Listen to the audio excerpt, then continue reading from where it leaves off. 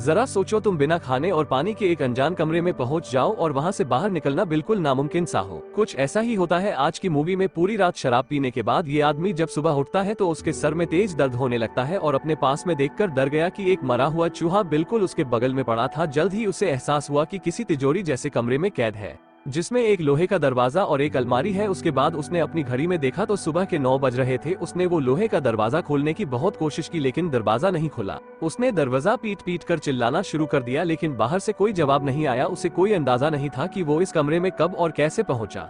थोड़ी देर बाद उसे पेशाब का प्रेशर बढ़ने लगा और अब उसे जल्दी से वॉशरूम जाना था। पहले तो उसे लगा कि उसके साथ किसी ने मजाक किया है, लेकिन थोड़ा वक्त बीत जाने के बाद उसे एहसास हुआ कि बाहर किसी के होने का नामो निशान ही नहीं है। उसने कमरे में मौजूद लोहे की अलमारी को भी खोलने की कोशिश की लेकिन वो भी पूरी तरह बंद थी। अब धीरे धीरे उसका चिड़चिड़ापन गुस्से में बदलने लगा। गुस्से में आकर उसने अपनी बेल्ट उतारी और लोहे के दरवाजे पर पीटने लगा। कुछ देर बाद वो थककर रुक गया क्योंकि उसने एक दिन से कुछ खाया भी नहीं था। उसने चिल्लाकर कहा कि अगर उसे बाहर नहीं निकाला तो वो सबको पुलिस के हवाले कर देगा, लेकिन फिर भी बाहर से कोई जवाब नहीं आया। पूरा एक दिन बीत गया था, वहाँ न खाना था न पानी, इसलिए जिंदा रहने के लिए उसे कुछ तो करना ही था। उसने अपना जूता उतारा और मजबूरी में उसी में पेशाब करके पीने लग गया। अकेलेपन और भूख की वजह से वो पागल सा होता जा रहा था। अचानक उसे ऊपर लगे ट्यूबलाइट में एक चाबी दिखाई दी। उसने तुरंत उस लाइट को तोड़कर चाबी बाहर निकाली। उस चाबी की मदद से वो लोहे की अलमारी खुल गई जिसके अंदर उसे ऑक्सीजन के 2 केन और छेनी हथौड़ी जैसे कुछ औजार मिले। उसने औजारों की मदद से लोहे के दरवाजे को तोड़ने की कोशिश की लेकिन दरवाजे पर एक खरोंच तक नहीं आई।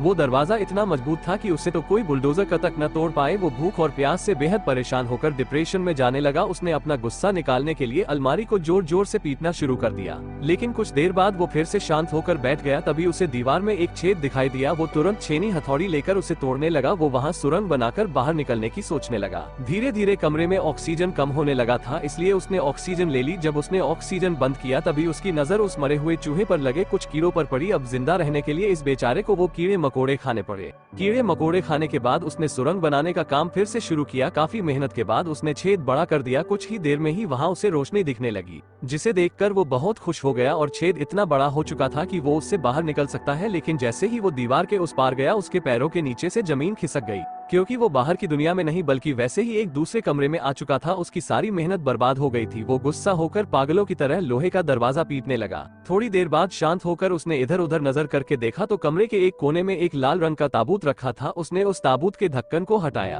तो उसके अंदर एक खूबसूरत सी लड़की को देखकर उसकी आंखें खुली की खुली रह गई। लड़की मरी हुई नहीं लग रही थी, वो शायद गहरी नींद में सो रही थी। जब उस आदमी ने लड़की को जगाया तो वो पूरी तरह से डर जाती है। जब उसने उससे बात करने की कोशिश की तो पता चला कि वो एक दूसरे की भाषा नहीं समझते हैं। वो लड़की डरकर उसी के पुराने कमरे में जाकर छुप गई। आदमी को उसे कुछ भी समझा पाने की ताकत नहीं बची थी, इसलिए उसने ताबूत में लेटकर रात गुजारने का फैसला किया। लेकिन बीच रात में ही उस डरी हुई लड़की ने आकर उसे जगा दिया। उसने आदमी को दोबारा से सुरंग बनाने का इशारा किया, लेकिन भूख प्यास की वजह से उसके लिए कुछ भी काम करना नामुमकिन था। इतने दिन काम करते करते उसके हाथों और पैरों में भी चोट आ गई थी और उसे अब आराम की सख्त जरूरत थी। अब उस लड़की ने खुद ही औजार उठाकर सुरंग बनाना शुरू कर दी, लेकिन ये इतना भी आसान नहीं था। थोड़ी देर बाद लड़की वो पेशाब आई और वो दूसरे कमरे की तरफ भागी, लेकिन आदमी ने उसे रोक लिया। आदमी इशारा करके उसे समझाने लगा। असल में आदमी ने 3 दिन से पानी नहीं पिया था और उस लड़की का पेशाब उसके लिए पानी से कम नहीं था। थोड़ा हिचकिचाते हुए लड़की ने उसकी बात मानकर उसके जूते में पेशाब कर दिया और आदमी को अपनी जान बचाने के लिए इस लड़की का पेशाब पीना ही पड़ा। हालांकि लड़की उसकी भाषा नहीं समझती थी, लेकिन आदमी को देखकर वो समझ चुकी थी कि आदमी के जिंदा रहने के लिए क्या करना होगा। फिर आदमी उसे कीड़े खाने के लिए बोलता है, लेकिन लड़की कीड़े मकोड़े खाने से मना कर देती है। इसके बाद आदमी उस कमरे की दीवार पर सुरंग करने के काम में लग जाता है, लेकिन काफी वक्त लगे रहने के बाद भी वो छोटा सा छेद कर पाया। इसे देखकर लड़की उदास होकर रोने लगी क्योंकि दीवार नहीं टूटी, दीवार बहुत ही मजबूती से बनी थी। आदमी ने एक गाना गाकर लड़की को शांत किया और लड़की भी उसके साथ गाने लगी, लेकिन तभी गलती से आदमी के हाथ पर हथौड़ा लग गया। लड़की ने तुरंत अपने सर का कपड़ा निकालकर उसके हाथ पर बांध दिया। देखते ही देखते इन दोनों में दोस्ती हो गई और दोनों साथ में सुरंग खोदने का काम करने लगे। अचानक लोहे के दरवाजे का ताला अपने आप घूमने लगा। दोनों भाग कर गए, लेकिन ताला फिर से पहली वाली जगह पर आ गया। काफी देर कोशिश करने के बाद उन्हें समझ आ गया कि जब तक वो दरवाजे से पीट करके रखेंगे तब तक ताला खुलता रहेगा। धीरे धीरे वो दोनों पीट करके दरवाजे के करीब पहुंच गए। आखिरकार इस तरकीब से दरवाजा खुल गया और दोनों तीसरे कमरे में पहुंच गए। बदकिस्मती से ये भी वैसा ही एक और कमरा और वहाँ एक खाली कब्र थी और पहले जैसा ही लोहे का दरवाजा था। लड़की ने समझदारी दिखाई और जल्दी से पिछले कमरे से सारे औजार उठा करके ले आई। उन्होंने इस दरवाजे को भी पहले की तरह खोलने की कोशिश की, लेकिन ये कुछ भी करते दरवाजा बंद ही रहता।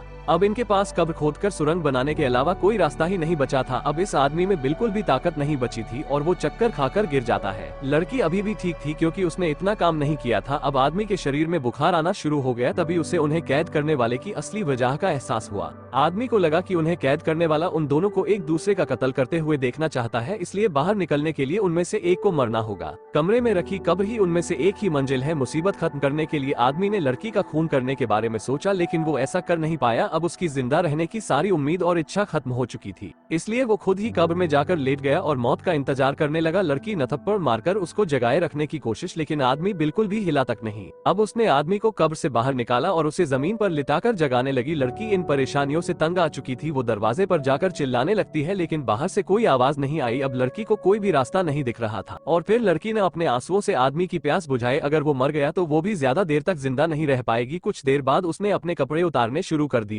और बेहोशी की हालत में भी आदमी को समझ आ गया कि वो क्या कर रही है। लड़की को छूने से आदमी हल्का हल्का जागता रहा। जैसे तैसे लड़की ने पूरी रात उसे जगाए रखा। देर बाद दोनों थक कर जमीन पर सो गए। थोड़ी देर बाद जब आदमी की आंख खुली तो उसने देखा कि लड़की उसके पास ही सो रही थी। आदमी रेंगते हुए दूसरे कमरे तक गया और ताबूत से कपड़ा निकालकर उसने लड़की को उड़ा दिया। इसके बाद वो कमजोरी की वजह से एक बार फिर से बेहोश हो गया। तभी उसे ताले के घूमने की आवाज सुनाई दी। ये दोनों तुरंत उठ गए और पिछली बार की तरह इस बार भी दोनों ने दरवाजे की तरफ पीठ करके आगे बढ़ना शुरू किया। अब आदमी इतना ज्यादा कमजोर हो चुका था कि खुद से चल भी नहीं पा रहा था। लड़की किसी तरह उसे सहारा देकर अपने साथ दरवाजे तक ले जाती है। अचानक इस बार दरवाजा खुल गया और एक बेहद खूबसूरत नजारा उनकी आंखों के सामने था। लोहे के दरवाजे के बाहर की दुनिया किसी जन्नत से कम नहीं थी। चारों तरफ झरने और फूल खिले हुए थे। इतना खूबसूरत नजारा इन्होंने आज तक नहीं देखा था। दोनों ने एक दूसरे की ओर देखा और खुशी से मुस्कुराने लगे। इतनी मुश्किलें सहने के बाद आखिरकार ये लोग इस मुसीबत से निकल ही गए। अगर किसी कपल को ऐसी अकेली जगह पर रहने का मौका मिले तो क्या करोगे, कमेंट करके जरूर बताना। और इसी के साथ मूवी भी यहीं पर खत्म हो जाती है।